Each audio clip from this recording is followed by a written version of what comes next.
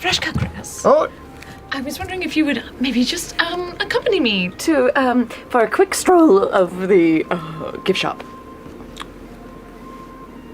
yes, I would love to. Thank you for Unless you're asking still, me. you know. No, let's go. Okay.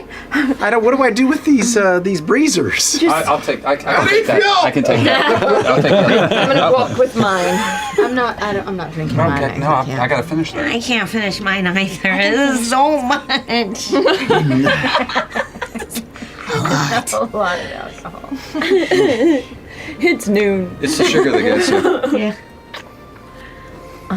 Going to gift shop? Yeah. All right. So heading to the back left of the kind of bar area of the tavern, the singular tavern in the city, there is an open doorway that leads to a small, almost like a closet with an island in the center that has a walkabout. So you can just kind of like walk through in a loop and find your way back out into the tavern. As you enter inside, you can see all manner of like bear cloaks that are kind of not, a little afraid of the edges, but they look like they're relatively easy to make and kind of give that classic Taldore traveler aesthetic. It's got an animal tail on the collar. Right, exactly. You can see more of the collector's mugs are kind of stacked up in the back. Two have fallen and kind of shattered and kind of pushed off onto the side. You can see other replicas of the same weapons of Zantaldore and King Warendra Sig that are for sale, smaller sized and priced a little high. What are you looking for specifically? I just I really more just wanted an excuse to chat with you in private. Did I do something wrong? No, not at all. So we're kind of walking along. Laudna's just kind of like patting the t-shirts and the prop swords as we go, just kind of aimlessly poking. You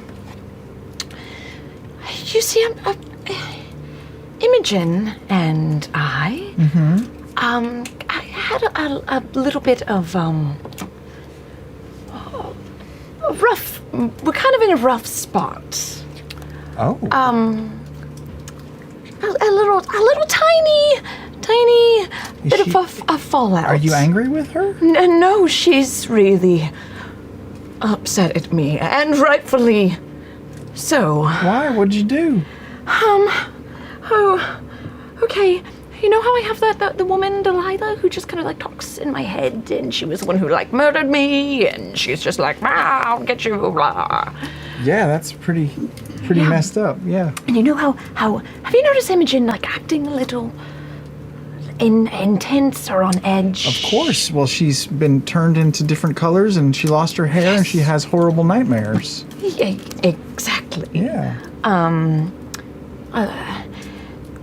That rock that she had, do you, I think I saw her holding one, yes. well, she got really attached to it. And, of course I was just concerned about her and her well-being and, her mental state here recently. And I was afraid that maybe the rock had something to do with it. And, I kind of got this impulse in the back of my head that was just wanting me to reach out and touch it, and I thought maybe I could discern something about it. Maybe I could sense a bit more of its origins and its purpose. And next thing you know, my grip locked onto it, and I couldn't open my fist, and I lost control of my body, and I felt the searing heat going through my arm, and then it was over, and I looked down, and the rock had shattered, and I could hear, more like feel Delilah in my mind, like she was more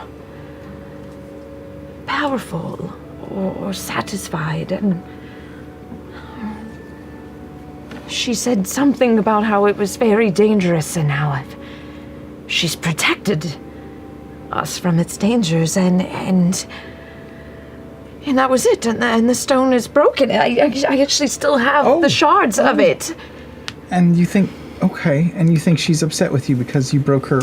She is upset at me. She was instantly, in tears, and Oh no. she thought I had lied to her because I promised her that I wasn't going to take the rock. I just wanted to look at it, and so she thinks that I lied. Boy, and, well, okay. And Well, I don't know what to do. First of all, you've already done the first step, which is just talking about it and getting it out there, right? Yes. That's fantastic. Do you feel any better having told me? I think I'm still processing it. Okay. Because at some point, you'll probably need to have this conversation directly with her when she's ready to hear it. When she's on her terms. But I have a question for you. Okay. You said you reached out and it was an impulse to squeeze it, an impulse to break it, fueled by some sort of voice in your head. Are you sure? Are you just throwing it out there? Mm-hmm. There's no. Are you jealous of Imogen in any way? No. I'm not accusing you of anything. I'm just saying, like, is there anything that she does that you wish you could do, or that an ability that she has, or a heartbeat or something that she has that you don't have, that you maybe, subconsciously wanted to sort of get back at her for? No, it's not like that.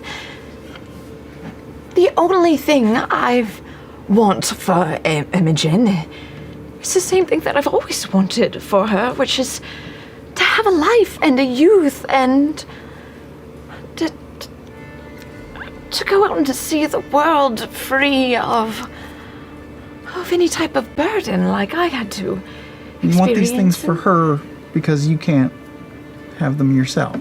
Yes, I just want her to live her best life and to protect her from something that might hurt her. And I just, that's what I thought I was doing. That's a very noble thing to want for someone, and it's very generous of you to want that for her.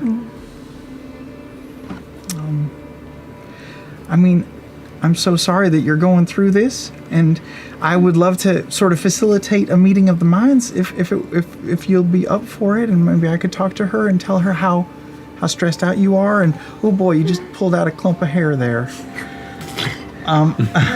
If with your permission, I could try to arrange a neutral space, a safe space where you both could talk.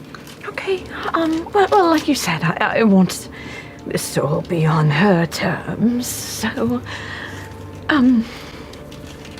what should I do in the meantime? What if she never comes around? What if she doesn't want to be friends again? What if it's ruined? You know what I would say? I would say, let's find a time when you both are in a space where you can both communicate openly and freely, but not just any willy-nilly time, right? Mm-hmm. Don't just go up to her and start talking about it. Make sure that she's in a place where she's happy and safe. She feels safe. So keep her happy. Well, and keep her safe. Oh boy. All right. Maybe just work on yourself right now. Which one of these plastic swords do you think she'd want? Just wooden swords. I don't know if they have plastic yet. Doesn't strike me as a. What about this oven replica mitt? Sword? An oven mitt. Everyone can use that. I think I could hide her hands. Or keep them warm. Does she cook? No, I don't think so. Well, it's still nice. You can. Yeah, it says TOT on it. What do you think that means? Taste a Taldor. Oh!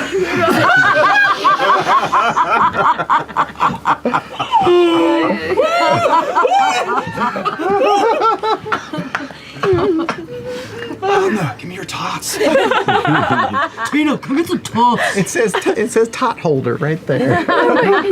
Tot holder. That's fantastic. That's great. I think she'll appreciate this. But I'll get her this pencil too. Sure, but you can't buy her happiness and you can't buy her forgiveness. But do it anyway, because it can't hurt. Okay. All right. Hey, you did nothing wrong. This was fine. It was a mistake, and you'll make up for it, and you'll be better for it on the other side. Okay. And I think you're a wonderful person. Well, former person. Thank you. fresh cut grass. And I hope you weren't offended by what I said at the table. You are very gifted and talented Oh, as no. well. And You were trying to build Yes, her no, up I just know you to have cover for your context. insecurities. Sure, I Exactly. got it. No, I feel it's fine. Okay. We're good. But Nope.